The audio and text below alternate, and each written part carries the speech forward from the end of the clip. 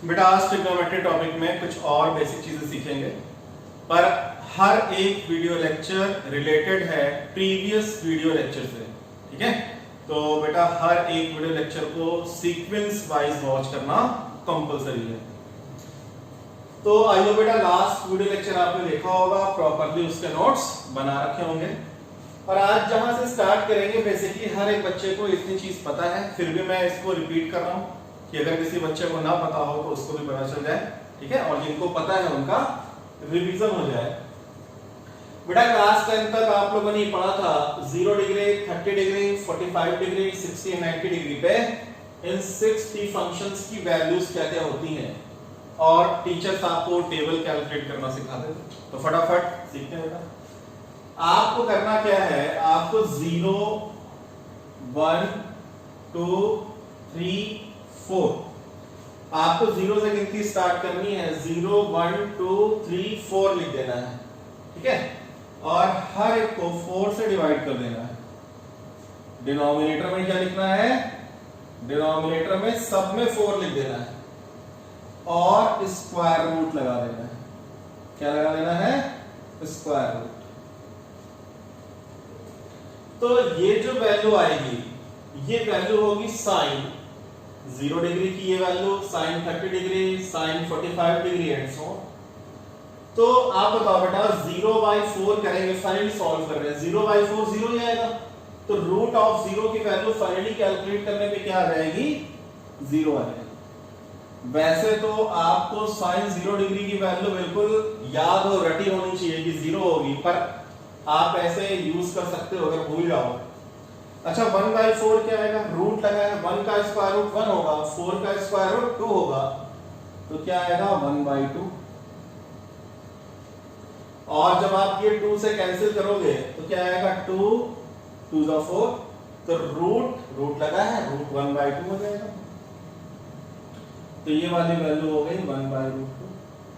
और बेटा यहाँ रूट पूरे पे इन्वॉल्व है, तो √3 को ऐसे रहने दो, डेसिमल में लिखना नहीं है। 4 का स्क्वायर रूट 2 हो जाएगा, तो क्या आएगा √3/2। ऐसे लिख सकते, मतलब अगर पूरे पे √3/4 लगा है तो इसको √3/2, नीचे वाले 4 का स्क्वायर रूट अलग से लिख दिया। ऐसे 4/4 क्या होगा 1, 4/4 1 आ जाएगा, और 1 का स्क्वायर रूट 1 होगा, तो ये वाली वैल्यू आ गई 1। अब बेटा ये जो साइन 0 डिग्री की वैल्यू क्या होगी 0, sine 30 degree 1/2, sine 45 degree 1/2 and so on. ये वैल्यू आपको बिल्कुल रटी होनी चाहिए, ना ही इसके लिए बल्कि हर एक की फंक्शन की 0 30 45 60 90 की वैल्यूज रटी होनी चाहिए आपको। ठीक है, अच्छा cos की वैल्यू कैसे निकालेंगे, cos में आप इन्हीं वैल्यूज को रिवर्स ऑर्डर में लिख दो, इन्हीं वैल्यूज को रिवर्स ऑर्डर में लिख दो। बताओ क्या आएगा 1, फिर √3/2, 1/2, 1/2 0। मतलब अगर cos 0 डिग्री पूछेंगे तो 1, cos 60 डिग्री तो 1/2 एंड सो। तो साइन लिखना आ गया, cos में रिवर्स ऑर्डर में लिख देना है। फिर ये बेटा पढ़ा है बेसिक चीज की tan थीटा होता है sin θ/cos θ। मतलब साइन की वैल्यू को cos से डिवाइड कर दो तो tan आ जाएगा। तो tan वाले में क्या लिखोगे, sin अपॉन cos। साइन की वैल्यू को cos की वैल्यू से डिवाइड करते जाओ, तो 0/1 0। अच्छा ये जब डिवाइड करोगे 2 से 2 कटेगा, ये 2 कट के क्या आएगा 1/√3। फिर ये बेटा √2 कट जाएगा, पूरी वैल्यू सेम है, कैंसिल हो गए क्या आएगा 1। यहाँ पे 2 से 2 कैंसिल होगा, क्या आएगा √। और यहाँ पे 1/0, अगर डिनोमिनेटर में 0 आ जाए बेटा तो ये क्या होता है अनडिफाइंड। क्या हो गया अनडिफाइंड। ठीक है, तो बेटा tan की वैल्यू कैलकुलेट करनी आ गई sin/cos करके। अब इधर एक cosec लिखा है, तो cosec क्या होता है, cosec थीटा होता है साइन का रेसिप्रोकल। ठीक है, मतलब आप ऐसे सोचो कि साइन थीटा की वैल्यू अगर x है तो कोसेक थीटा की वैल्यू 1/x होगी। कोसेक थीटा में हम वैल्यूज क्या लिखेंगे, जो भी साइन थीटा की टेबल में वैल्यूज आई हैं उनका रेसिप्रोकल करके लिखते जाएंगे। तो बता बेटा यहाँ पे 0 लिखा है तो फिर cosec में क्या आएगा, ये एक्चुअली सोचो 0/1 लिखा है तो 0/1 का 1/0 होगा, तो 1/0 क्या होगा, अनडिफाइंड। फिर 1/2 का उल्टा करोगे तो 2/1 यानी 2 लिखो, 2/1 लिखो या 2 लिखो। 1/√2 का उल्टा √2, मतलब इस साइन वाली वैल्यूज का उल्टा करके लिखते जाओ। ये क्या रहेगा 2/√3 और 1 का उल्टा तो 1 ही होगा, 1 का उल्टा 1 है। फिर आया बेटा sec थीटा, तो sec किसका होता है, cos का, मतलब cos थीटा का रेसिप्रोकल। cos थीटा को आप लिख सकते हो 1/sec थीटा, या sec थीटा को क्या लिख सकते हो 1/cos थीटा। तो sec थीटा में ये एरो बना दे रहा हूं, इस वाली टेबल का रेसिप्रोकल, तो 1 का उल्टा 1, √3/2 का उल्टा 2/√3, 1/√2 का उल्टा √2, 1/2 का 2 और 0 का रेसिप्रोकल बेटा अगेन 1/0, तो क्या होगा, अनडिफाइंड, अनडिफाइंड।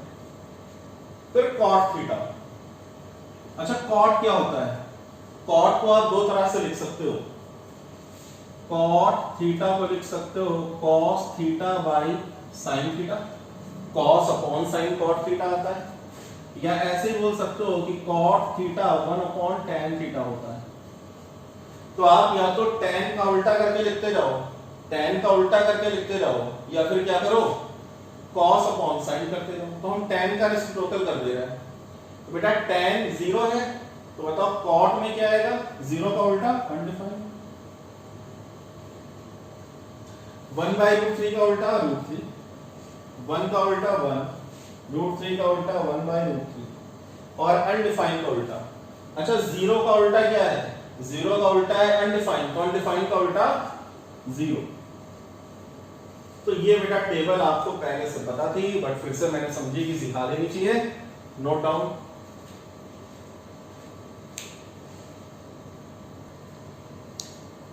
अब बेटा मेन मुद्दे पे आते हैं, मेन कॉन्सेप्ट पे आते हैं, ठीक है।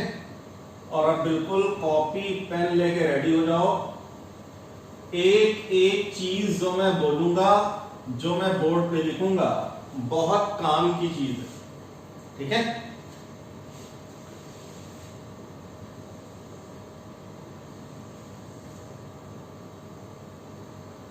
बेटा हम लोगों ने लास्ट वीडियो लेक्चर में इस बीच के क्वाड्रेंट की बात करी थी, first, second, third and fourth की, और ये बताया था कि इस रेंज में, इस पूरी रेंज में एंगल 0 से 90 डिग्री, ये बेटा इंटरवल क्या बताया था, ओपन इंटरवल, ठीक है। मतलब जो भी एंगल होगा वो 0 से बड़ा होगा और 90 से छोटा होगा, 0-90 के बीच की बात होगी। आज हम आपको सिखाएंगे, मान लो ये पॉइंट, ये पॉइंट, ये पॉइंट, ये पॉइंट, तो बोलो ये पॉइंट कहां पे है, तो आप बोलोगे ये पॉइंट पॉजिटिव एक्स एक्सिस पे है। इस पूरी लाइन पे एक पॉइंट, कहीं भी पॉइंट ले सकते हो, ये पॉइंट कहां है, पॉजिटिव एक्स एक्सिस पे है। ये पॉइंट कहां पे है, पॉजिटिव वाई एक्सिस पे है। ये वाला पॉइंट नेगेटिव एक्स एक्सिस पे है और ये पॉइंट नेगेटिव वाई एक्सिस पे है। तो अगर मैं ये बोलूं कि कोई एंगल, कोई भी एंगल इस पॉइंट पे लाई करता है, मतलब पॉजिटिव एक्स एक्सिस पे लाई करता है, तो किस टाइप का एंगल होगा, किस टाइप का एंगल इस पॉइंट पे लाई करेगा, किस टाइप का एंगल इस पॉइंट पे लाई करेगा, ठीक है, वो सीखना है। तो मैं इनको पॉइंट नंबर मेंशन कर दे रहा हूं, point number 1, point number 2, point number 3, point number 4, केवल समझने के लिए। ये पॉइंट 1 है, 2 है, 3 है, 4 है। आप बेटा जब भी किसी एंगल को ड्रॉ करना स्टार्ट करते हो, चाहे वो एंटी क्लॉकवाइज रोटेशन हो, चाहे वो क्लॉकवाइज रोटेशन हो, स्टार्टिंग पॉइंट क्या है, पॉइंट नंबर 1। तो अगर मैं बोलूं कि एक एंगल 0 डिग्री है, एंगल का मेजरमेंट कितना है, 0 डिग्री है, तो फिर इसका मतलब हम इस पॉइंट की बात कर रहे हैं, हम इस पॉइंट की बात कर रहे हैं। हमने अभी एंगल रोटेट ही नहीं करना शुरू किया, बस पॉइंट बनाया और ड्रॉ करने का वेट कर रहे हैं, बट एंगल कितना है, 0 डिग्री। तो इसका मतलब यहां पे पहला एंगल क्या मिला, 0 डिग्री। बात पकड़ में आ रही है? अच्छा ये बताओ कि 1 पे पहुंचने का क्या क्या रास्ता है। एक तो रास्ता है कि आप 1 पे खड़े रहो, आप वहां से मूव ही ना करो, मतलब एंगल 0 डिग्री हो गया। दूसरा ये है कि आप यहां से मूवमेंट करो, आपने यहां से मूवमेंट किया किस डायरेक्शन में, एंटी क्लॉकवाइज डायरेक्शन, और वापस आ गए पॉइंट 1 पे, मतलब हमको लौट के पॉइंट 1 पे आना है, ठीक है। तो हमने 1 से मूवमेंट स्टार्ट किया एंटी क्लॉकवाइज रोटेशन में और वापस पूरा एक कंप्लीट रोटेशन करके 1 पे आ गए। आप बताओ कितने डिग्री रोटेशन हुआ, 90 90 90 90 यानी 360 डिग्री। तो मैं यहां पे डिग्री की बजाय रेडियन में लिखूंगा, ठीक है। तो आप बताओ अगर बच्चों कि 0 डिग्री में कितने रेडियन होंगे, लास्ट क्लास में कन्वर्जन सिखाया था। तो चाहे 0 डिग्री हो या 0 रेडियन हो, बात एक ही है। तो इसका मतलब 0, अगर मैं ऊपर डिग्री नहीं लगा रहा हूं, रेडियन नहीं, अंडरस्टूड है कि रेडियन की बात हो रही है, ठीक है। तो 0 रेडियन हो गया। फिर अगला हमारा आ रहा बेटा 360 डिग्री, 360 डिग्री। तो 360 में होते हैं 2 पाई रेडियन। 360 डिग्री में कितने रेडियन होंगे, 2 पाई। याद करो बेटा 180 डिग्री में कितने रेडियन लिखाए थे, सिंस 180 डिग्री में पाई रेडियन होते हैं, तो 360 में 2 पाई हो जाएंगे। तो इसका मतलब ये हो बेटा कि 1 पॉइंट पे पहला एंगल 0 मिलेगा, फिर दोबारा 1 पॉइंट पे अगर एंटी क्लॉकवाइज से आते हैं तो 2 पाई हो गया। पर कोई ये भी बोल सकता है कि ऐसे आ सकता है कि यहां पे उसने 1 से स्टार्टिंग किया, एक चक्कर लगाया, अभी उसका मन नहीं भरा, वो एक चक्कर और लगाना चाहता है, एक रोटेशन और करना चाहता है, कर सकता है ना। तो इसका मतलब यहां से उसने फिर से मूवमेंट स्टार्ट कर दिया और फिर यहीं पे आ गया, यहां पॉइंट बना दिया, मतलब बेटा आया तो एक्स एक्सिस पे। तो आप बताओ कि उसने कितने कंप्लीट रोटेशन किए, एक कंप्लीट रोटेशन यहां पे आया, दूसरा कंप्लीट रोटेशन यहां पे आया, मतलब 2 कंप्लीट रोटेशन हो गए। तो जब एक कंप्लीट रोटेशन हो जाएगा पूरा, तो दैट इज 2 पाई रेडियन। इसको बिल्कुल याद कर लो, डायग्राम से समझ के याद करो। एक कंप्लीट रोटेशन 2 पाई रेडियन बोल सकते हो या 360 डिग्री बोल सकते हो, तो 2 पाई रेडियन हो गया। तो जब ये 2 कंप्लीट रोटेशन करके पॉइंट 1 पे आएगा तो टोटल 4 पाई हो जाएगा। ये ऐसे हो सकता है कि 3 कंप्लीट चक्कर लगा के पॉइंट 1 पे आ जाए, तो फिर 6 पाई होगा, 8 pi and so on, 10 pi 12 pi move करता रहेगा। पर बेटा ऐसे भी हो सकता है, मैं इसको रब कर देता हूं, ऐसे भी हो सकता है कि वो पॉइंट 1 से रोटेशन स्टार्ट करे लेकिन एंटी क्लॉकवाइज ना करके क्लॉकवाइज कर दे। ये पॉइंट 1 है, तो पहला एंगल तो 0 डिग्री मिलेगा, वो यहां पे लिखा हुआ है। फिर बताओ 1 से उसने मूवमेंट स्टार्ट किया और ऐसे आया, सही है भाई। पॉइंट 1 पे पहुंचने के लिए बोला गया, डायरेक्शन तो कंफर्म है नहीं, क्लॉकवाइज भी आ सकता है, लेकिन लास्ट क्लास में बताया था कि क्लॉकवाइज जब डायरेक्शन होता है एंगल का तो नेगेटिव एंगल लिखते हैं। तो बेटा एक कंप्लीट चक्कर में तो 2 पाई हुआ, ये श्योर है, बट क्लॉकवाइज है तो हम क्या लिखेंगे, -2 पाई लिखेंगे। क्या लिखेंगे, -2 पाई लिखेंगे। या ऐसे हो सकता है कि यहां पे आया क्लॉकवाइज और यहां पे रुका नहीं, यहां से फिर कॉन्टिन्यूएशन में एक चक्कर और लगा गया, तो एक कंप्लीट रोटेशन पे -2 पाई, फिर एक चक्कर और लगाया तो -2 पाई एक्स्ट्रा और आ गया, कितना हो गया, -4 पाई।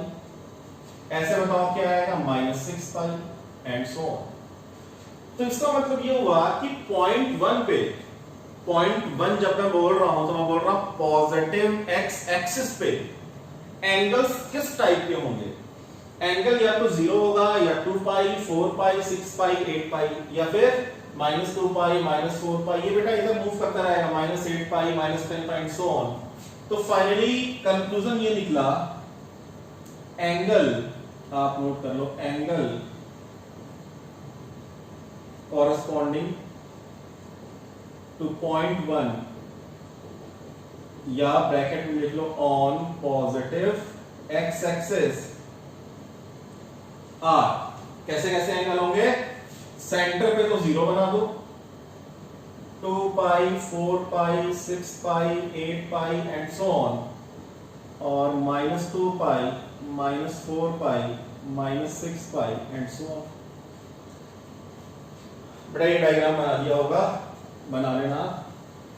हम क्या करेंगे बेटा, इन एंगल्स को कॉम्पैक्ट फॉर्म में लिखेंगे। कॉम्पैक्ट फॉर्म का मतलब एक शॉर्ट फॉर्म ऐसा बना दें कि जिसमें सारे एंगल्स इंक्लूड हो जाएं। ठीक है, तो आप एक चीज नोटिस करो, यहां पे क्या लिखा है 2, ये क्या लिखा है 4। 2 कैसा नंबर है? इवन है। 4 कैसा नंबर है? इवन है। 6 कैसा नंबर है? इवन है। तो आप बताओ 0 को आप 0 इंटू पाई भी तो लिख सकते हो, 0 को 0 इंटू पाई भी लिख सकते हो। 0 भी कैसा नंबर कंसीडर किया जाता है? इवन। -2 even, -4 even. और इन इवन के साथ चाहे 2 हो या 4 हो या 6 हो, या आप बोल दो -2 हो, -4 हो या -6 हो, इवन के साथ एक्स्ट्रा चीज क्या दिखाई दे रही है? पाई। यहां भी पाई, यहां भी पाई। मतलब पॉइंट 1 के लिए कंक्लूजन ये निकल के आया कि पॉइंट 1 पे जो भी एंगल होगा that should be even multiple of pi, even integral multiple of pi. कैसे? 4 पाई का मतलब इवन पाई, 6 पाई का मतलब इवन पाई, तो है तो बेटा इवन पाई टाइप के नंबर ना। तो इसका मतलब ये हुआ कि पॉइंट 1 के लिए फाइनली एंगल हमें कॉम्पैक्ट फॉर्म में अगर लिखना है तो हम ऐसे लिख सकते हैं इवन पाई। अब इवन को आप क्या लिख सकते हो बेटा? इवन तो 2 का मल्टीपल हुआ, इवन का मतलब 2 का मल्टीपल, तो आप इवन को ऐसे लिख दो 2n इंटू पाई। तो क्लियर है कि 2n कैसा नंबर होगा? 2n, n बेटा इंटीजर को बिलोंग करेगा, n किसको बिलोंग करेगा? i का मतलब इंटीजर को। तो अगर मैं ये बोल दूं कि n इंटीजर को बिलोंग कर रहा है तो 2n किसको बिलोंग करेगा? इवन नंबर को। और इवन इंटू पाई कहां पे आएगा? हमेशा पॉइंट नंबर 1 पे आएगा। Note down.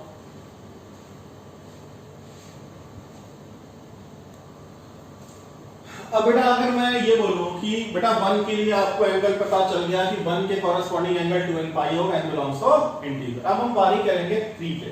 पहले 3 को चेक करेंगे कि 1 के जस्ट अपोजिट, क्योंकि हमने पॉजिटिव एक्स एक्सिस पे चेक कर लिया।